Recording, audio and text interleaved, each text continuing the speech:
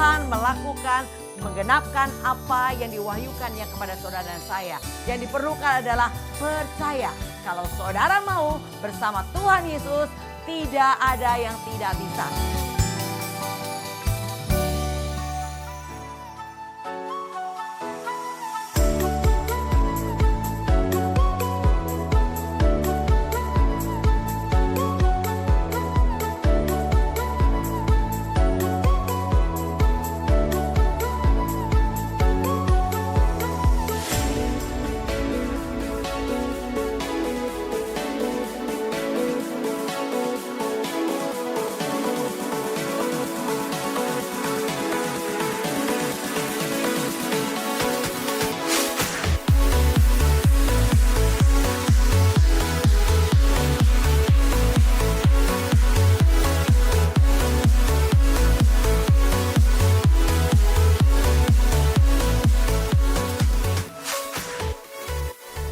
Shalom sahabat berobos, salam jumpa kembali bersama GOB, Generation of Breakthrough. Hari ini saya akan bawakan satu tema, mengapa tawar hati. Sebelumnya mari kita satukan hati kita berdoa.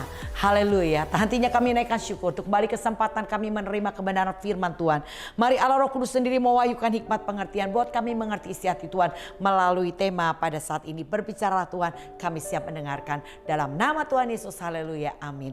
Saudara, bacaan kita dari 2 Korintus 4 ayat ke-16. Sebab itu kami tidak tawar hati, tetapi meskipun manusia lahiriah kami semakin merosot, namun manusia batiniah kami dibaharui dari sehari ke sehari. Saudara, kita pelajari ini kisah tentang Rasul Paulus. Bagaimana ia tidak tawar hati, tapi meskipun manusia lahiriahnya semakin merosot saudara. Ya, karena sakit penyakit yang ada padanya yang dikatakan seperti duri dalam daging.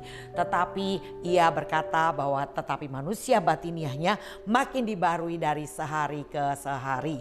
Nah saudara, kita pelajari bahwa kami tidak tawar hati, kata Paulus saudara.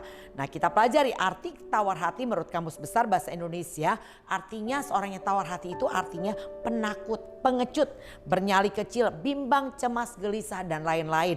Itu orang yang tawar hati. Nah keadaan seorang yang tawar hati adalah orang yang begini nih tipenya saudara. Gak punya semangat lagi, gak ada kemauan, hilang keberaniannya, mulai kecewa dan putus harapan. Itu adalah orang yang tawar hati.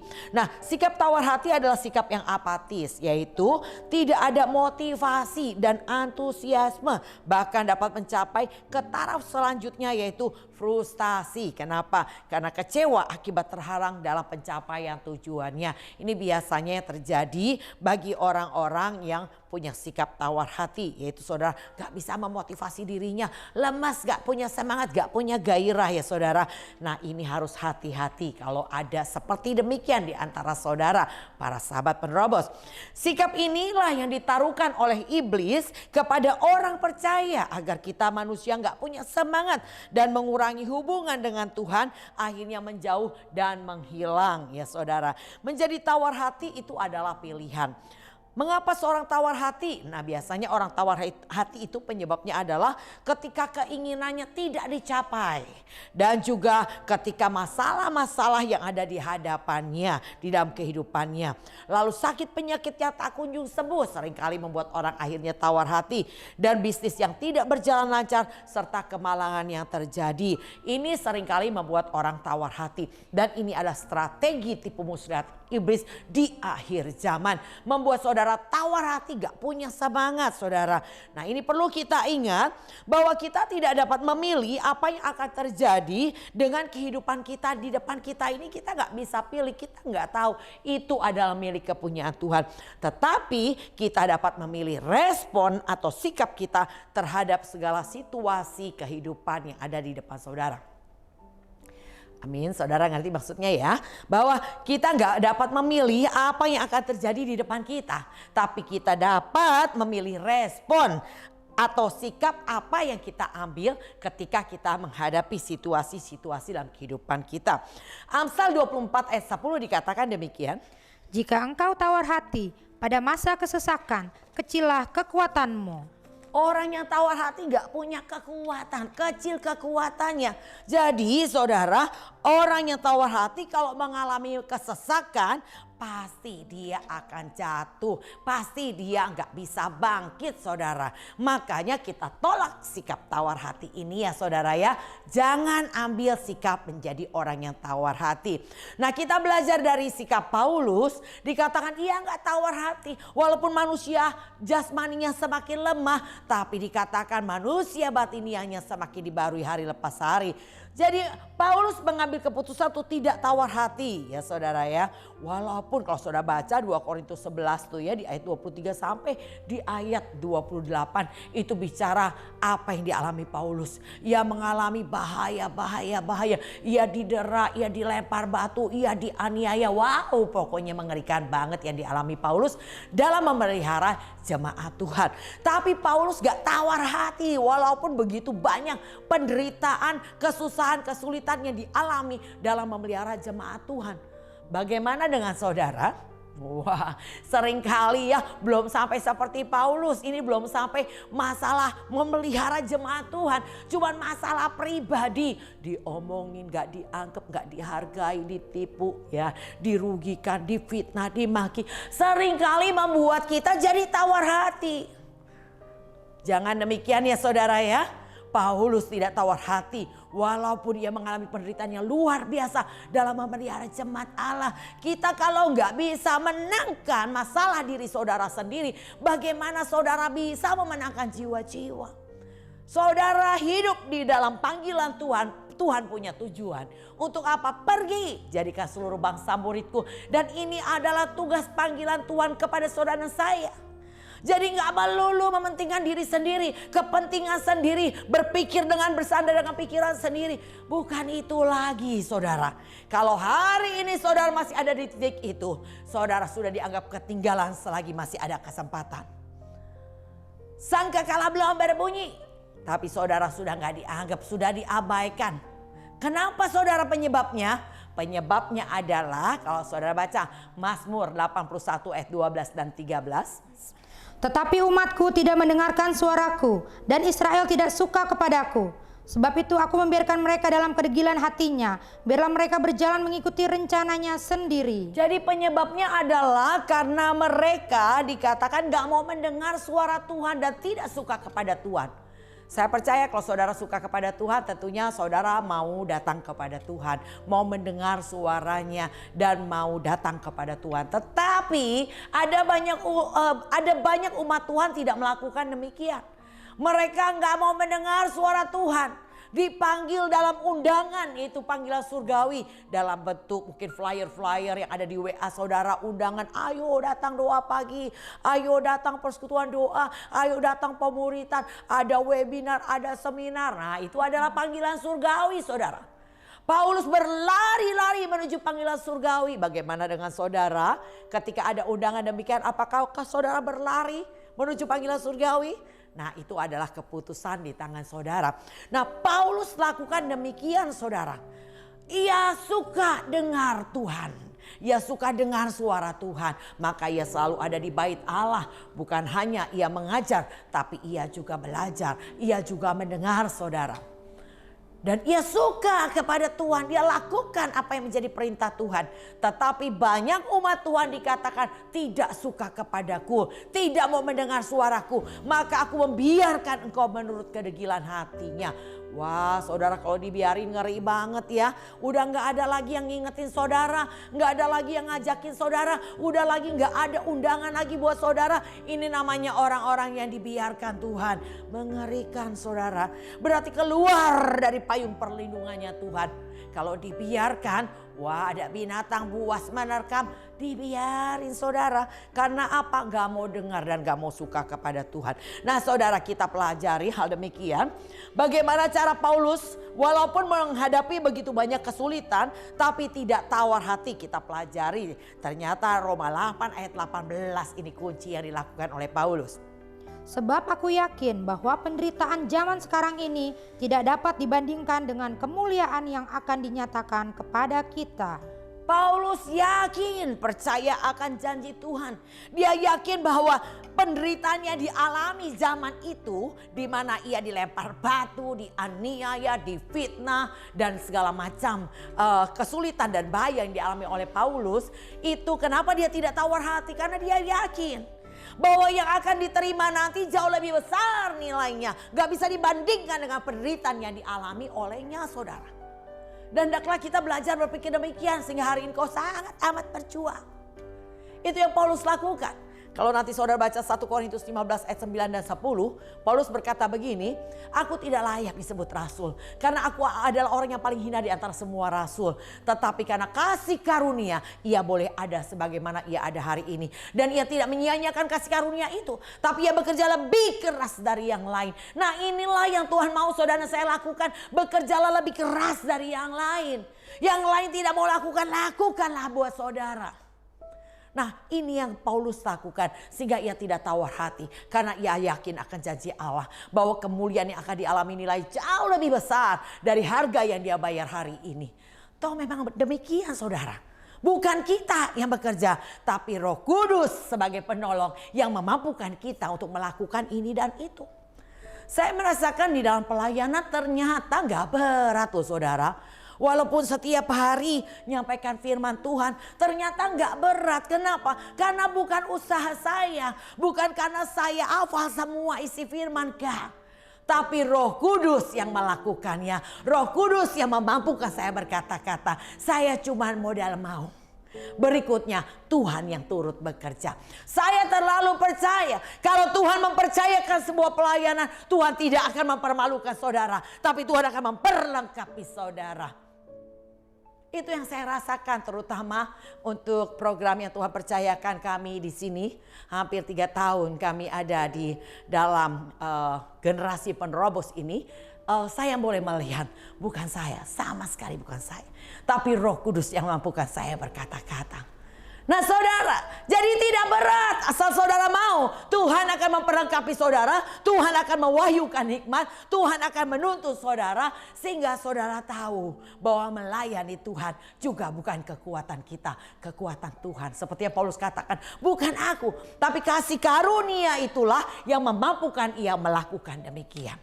Nah, jadi saudara, pertama yang saudara harus lakukan adalah percaya akan janji Tuhan. Bahwa kemuliaan yang akan saudara terima nilainya jauh lebih besar dari penderitaan yang saudara tanggung. Yang kedua, 2 Korintus 4 ayat 17. Sebab penderitaan ringan yang sekarang ini mengerjakan bagi kami kemuliaan kekal yang melebihi segala-galanya, jauh lebih besar daripada penderitaan kami. Ya, Paulus yakin bahwa kemuliaan akan diperolehnya itu jauh lebih besar dari penderitaan yang ditanggungnya ya. Maka dikatakan ia tidak tawar hati karena ia tahu bahwa penderitaan ini mengerjakan kemuliaan kekal. Jadi penderitaan-penderitaan yang saudara tanggung itu adalah bagian daripada kerja yang saudara harus lakukan untuk saudara bisa menerima kemuliaan kekal. Ibaratnya kalau orang kerja, ya pagi-pagi pergi berangkat, bekerja terus setiap hari, maka di akhir bulan terima upah, terima gaji. Nah begitu juga saudara. Maka kalau GBI katakan tidak ada mahkota tanpa salib. Jadi saudara harus pikul salib setiap hari. Lakukan aja, hadapi aja saudara. Toh tidak lebih dari kekuatan kita, Tuhan punya janji bahwa pencobaan kita alami pencobaan biasa. Tuhan akan beri jalan keluar kalau ada pencobaan yang lebih kekuatan kita. Tuhan akan beri jalan keluar supaya kita kuat menanggungnya. Bukan kita yang berperang, Tuhan yang gantikan kita berperang. Apa sulitnya saudara? Yang penting saudara mau menghadapi bersama dengan Tuhan. Saudara akan lihat betapa dahsyatnya Tuhan yang kita sembah, Allah yang hidup. Penolong yang hebat akan menyatakan kuasanya ketika ada yang perlu pertolongan. Avenger, Batman, Superman dan lain-lain itu saudara, dia akan muncul menyatakan dirinya ketika ada masalah, ketika ada yang perlu ditolong, maka ia nyatakan dirinya. Begitu juga Tuhan kita. Dia akan menyatakan dirinya ketika kau perlu pertolongan, kau hanya perlu berseru Tuhan. Dia datang, dia nyatakan kemuliaan dan kuasanya. Tapi saudara harus hadapi setiap masalah, maka kau kenali Tuhan. Hosea 4 ayat 6 dikatakan umatku binasa karena mereka tidak mengenal Allah. Karena mereka menolak mengenalkan Allah, maka aku tidak akan mengangkat mereka menjadi imamku saudara. Jangan harap Siap, saudara akan diangkat menjadi imam-imamnya Tuhan, hamba-hambanya Tuhan. Kalau kau selalu menolak proses, kau lari dari proses, ketika diproses kau marah, kau sakit hati, kecewa, kau tidak akan kenali Tuhan. Tapi hadapi setiap masalahmu, datang kepada Tuhan, bertelut di hadapan Tuhan, minta Tuhan hikmat, minta Tuhan pengajaran.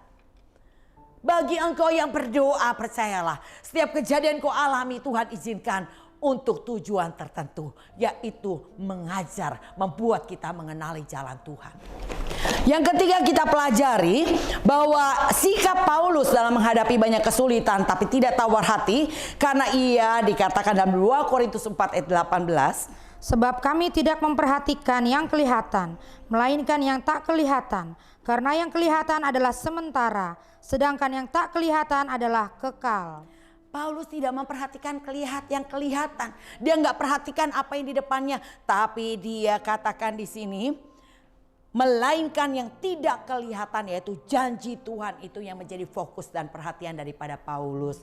Begitu juga saudara, bukankah Tuhan berkata bahwa hidup kita bukan karena melihat tapi karena percaya. Bukan apa yang dilihat. Hari ini mungkin kau ngalami di masa pandemi ini saudara. Yang kau lihat rasanya gak mungkin banget, gaji dipotong atau bahkan saudara di PHK. Bagaimana saudara bisa menjalani hari saudara? Tapi buktinya setahun saudara sudah lewati, 2 tahun kita sudah lewati, dan sekarang kita ada di tahun ketiga. Saudara masih tetap sehat, segar dan gemuk ya.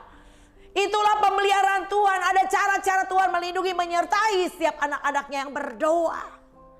Jadi oleh karena itu jangan pernah lari dari Tuhan, menjauh daripada Tuhan. Apalagi saudara, saudara bunuh diri namanya.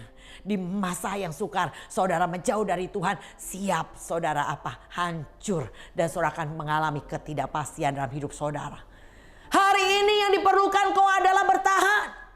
Yang diperlukan adalah tetap lakukan apa yang baik, lanjutkan setiap prosesmu. Jangan berhenti. Nah, Paulus tidak memperhatikan yang kelihatan, tapi dia perhatikan akan janji Tuhan, dia percaya. Yang keempat dilakukan Paulus adalah seperti yang dikatakan 1 Korintus 10 ayat 13. Pencobaan-pencobaan yang kamu alami ialah pencobaan-pencobaan biasa yang tidak melebihi kekuatan manusia. Sebab Allah setia, dan karena itu ia tidak akan membiarkan kamu dicobai melampaui kekuatanmu. Pada waktu kamu dicobai, ia akan memberikan kepadamu jalan keluar sehingga kamu dapat menanggungnya. Ya, saudara, kita harus percaya seperti tadi saya katakan, pencobaan kita alami, pencobaan biasa tidak lebih dari kekuatan kita. Tapi kalau kita dicobai lebih dari kekuatan kita, Tuhan punya janji, dia akan beri jalan keluar supaya kita kuat menanggungnya. Apa yang sulit saudara dalam mengikuti Yesus? Saudara hanya perlu percayakan hidupmu kepada Tuhan.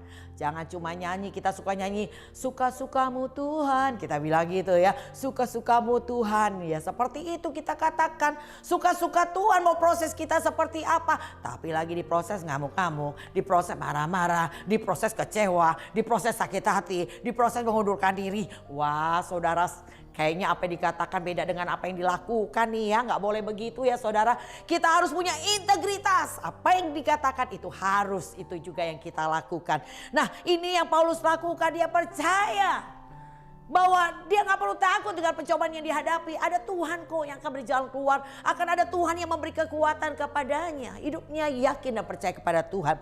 Dan berikutnya yang buat Paulus tidak tawar hati adalah Filipi 4 ayat 13. Segala perkara dapat kutanggung di dalam Dia yang memberi kekuatan kepadaku. Dia yakin perkara apapun yang dihadapi, dia pasti kuat menanggungnya ketika ia bawa itu semua ke dalam tangan Tuhan. Seperti kata Mazmur 37 ayat 5, serahkan hidupmu kepada Tuhan dan percayalah Tuhan yang akan bertindak. Inilah saudara yang harus saudara yakini. Kalau saudara meyakini semua, saya percaya tidak ada dari antara kita yang tawar hati. Kita akan menjadi orang yang bersemangat, bergairah dan berkobar-kobar di dalam Tuhan. Inilah yang harus ada pada kita menjelang hari penghujung akhir zaman, menjelang hari kedatangannya. Saudara harus kedapatan membawa pelita dan minyak. Roh saudara harus tetap berkobar-kobar. Sebab yang terangkat adalah mereka yang bisa mendengar suara panggilan surgawi. Ketika sangkakala terakhir terdengar, kita mendengar dan kita diubah dalam tubuh kemuliaan. Semua mau rapture, amin pasti ya. Nah caranya demikian saudara. Jangan kendor kerajinanmu. Biarlah rohmu terus menyala-nyala.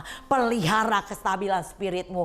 Kalau yang namanya berkat itu adalah bonus yang pasti saudara akan terima. Saya pelajari ternyata saudara akan menikmati berkat-berkat jasmani mengikuti kedekatan saudara dengan Tuhan. Semakin kau intim dengan Tuhan, semakin kau dekat dengan Tuhan, semakin banyak janji Tuhan yang akan saudara terima. Jadi ambil saudara. Jelas Tuhan berkata Matius 6 ayat 33, tetapi carilah dulu kerajaan Allah dan kebenarannya itu dulu saudara cari. Prioritaskan Tuhan. Janjinya maka semuanya akan ditambahkan kepadamu. Semua. Gak cuma 1, 2, semua akan ditambahkan kepadamu. Tapi gak banyak orang mau cari Tuhan. Ini masalahnya saudara. Jelas firman Tuhan tidak pakai bahasa planet. Bahasa yang cukup jelas kita mengerti. Cari dulu kerajaannya, kebenarannya. Maka semua akan ditambahkan. Mari saudara berjuanglah untuk mendekatlah kepada Tuhan. Sebab Tuhan berkata Mazmur Yohanes 6 ayat 65 dikatakan tidak ada seorang pun yang dapat mendekat kepada Yesus kalau Bapa tidak mengaruniakannya. Jadi kalau saudara hari ini saudara bisa mendengar program kami karena Bapa mengaruniakan kepada saudara untuk menerima pembelajaran ini. Saudara bisa banyak dekat kepada Tuhan karena Tuhan mengaruniakannya sehingga saudara bisa dekat dengan Tuhan. Maka hendaklah kita dapat dipercaya. Saya memulai satu pelayanan. Dan saya belajar setia dengan yang satu. Tuhan tambahkan 2. Walaupun prosesnya, ujiannya anak saya 4 yang saya lahirkan.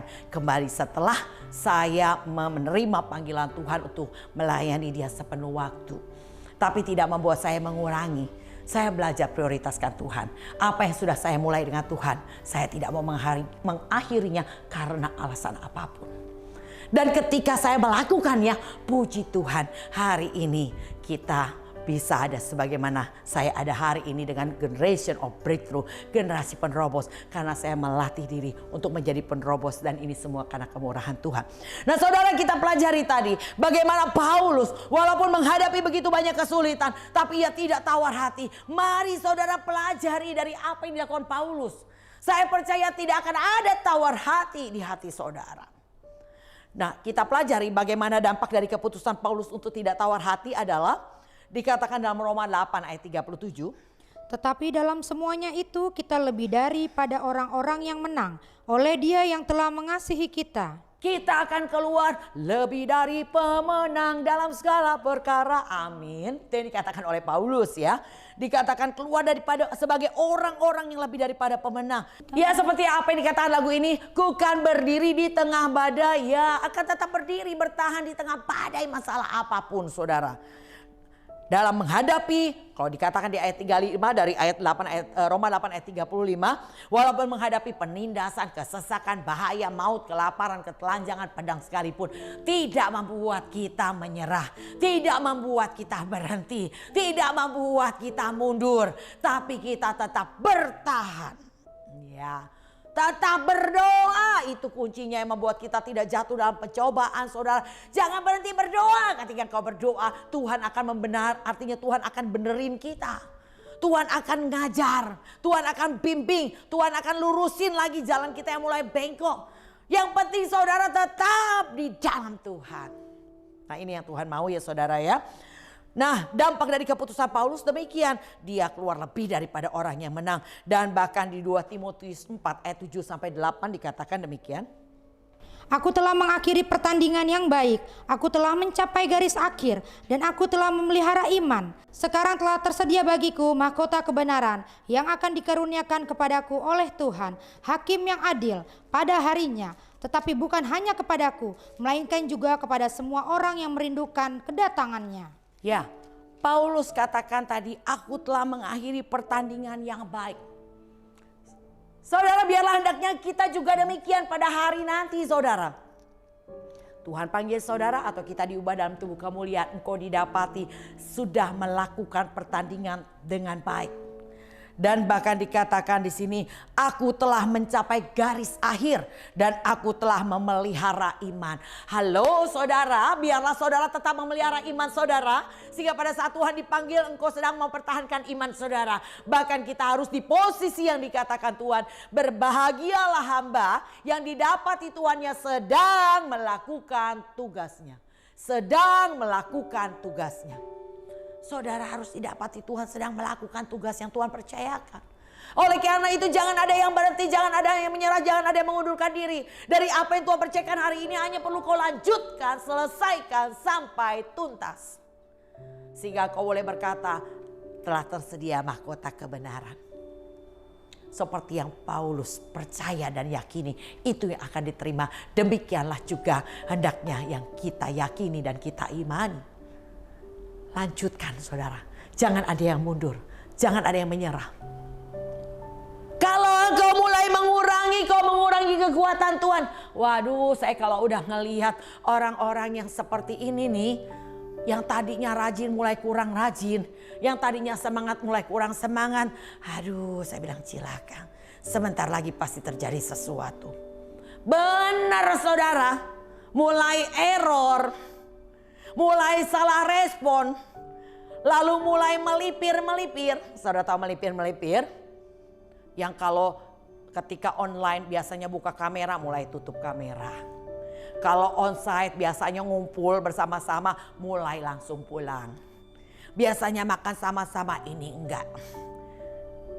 Biasanya datang mulai bolos. Nah ini tanda-tanda bentar lagi hilang. Saudara beneran. Saya mau bilang sama saudara, jangan lakukan itu. Dan orang kalau sudah dicuri pikirannya sama iblis, itu bisa dibutakan akan kebenaran. Diomongin firman mentah. Nanti kamu masuk neraka, biarin masuk neraka. Waduh, kamu kepahitan, gak apa-apa kepahitan. Ngeri banget saudara. Jadi oleh karena itu jangan coba-coba kau mengurangi. Jangan coba-coba kau berubah setia. Karena kita belajar dari Raja Uzia, Raja Asa. Mereka berubah setia. Dampaknya mereka mulai sombong. Mereka mulai gak mau ditegur. Mereka mulai marah. Marahnya makin menjadi-jadi. Dan berikutnya, sakit penyakit mulai muncul. Raja Uzia penyakit kusta muncul di dahinya ketika ia mulai marah dan marahnya makin meluap-luap. Raja Asa sakit di kakinya, bahkan udah parah sakitnya tetap gak cari Tuhan hingga akhirnya mati dalam keadaan sakit kakinya. Saudara, kita belajar dari kesaksian para nabi, para rasul. Belajar hidupi setiap kebenaran. Dan kau akan melihat janji Tuhan adalah pasti. Tuhan Yesus adalah Allah yang hidup saudara. Dia akan menggenapi setiap janjinya. Asal kau melakukan bagian saudara. Jadi inilah ya saudara yang Tuhan mau untuk kita lakukan. Yaitu ambil keputusan untuk tidak tawar hati dalam menghadapi apapun. Masalah penderitaan aniaya dengan tetap percaya akan janji penyertaan Tuhan. Dan kemenangan yang pasti kita terima kalau kita fokus kepada Tuhan. Abaikan aja kehinaan dan tetap tekun dalam pikul salib saudara. Dan lakukan terus sampai garis finish. Demikian sahabat penerobos, saya akan berdoa buat sahabat penerobos. Biarlah tidak ada satupun di antara kita sahabat penerobos yang menjadi tawar hati. Mari saudara kita berdoa. Bapa, kami mengucap syukur untuk apa yang sudah kami terima. Biarlah firman-Mu mengubah pola pikir cara pandang kami. Kami tidak lagi mau menjadi tawar hati. Kami mau belajar dari Paulus. Dan kami percaya kemenangan adalah kepastian. Kami percaya mahkota kebenaran Tuhan sudah sediakan dan kami siap menerimanya. Terpujilah nama-Mu dalam nama Tuhan Yesus. Sahabat penerobos, biarlah sahabat penerobos boleh tetap bertekun bersama dengan kami. Komunitas pemuritan COB. Saudara boleh ketik nomor di bawah ini, catat, dan saudara katakan bahwa saya rindu bergabung dalam komunitas pemuritan COB. Saya akan berikan saudara link Zoom dan mari kita sama-sama belajar di mana kita melatih diri menjadi penerobos yang tidak akan berhenti sampai tuntas. Ya, Tuhan Yesus memberkati. Salam COB.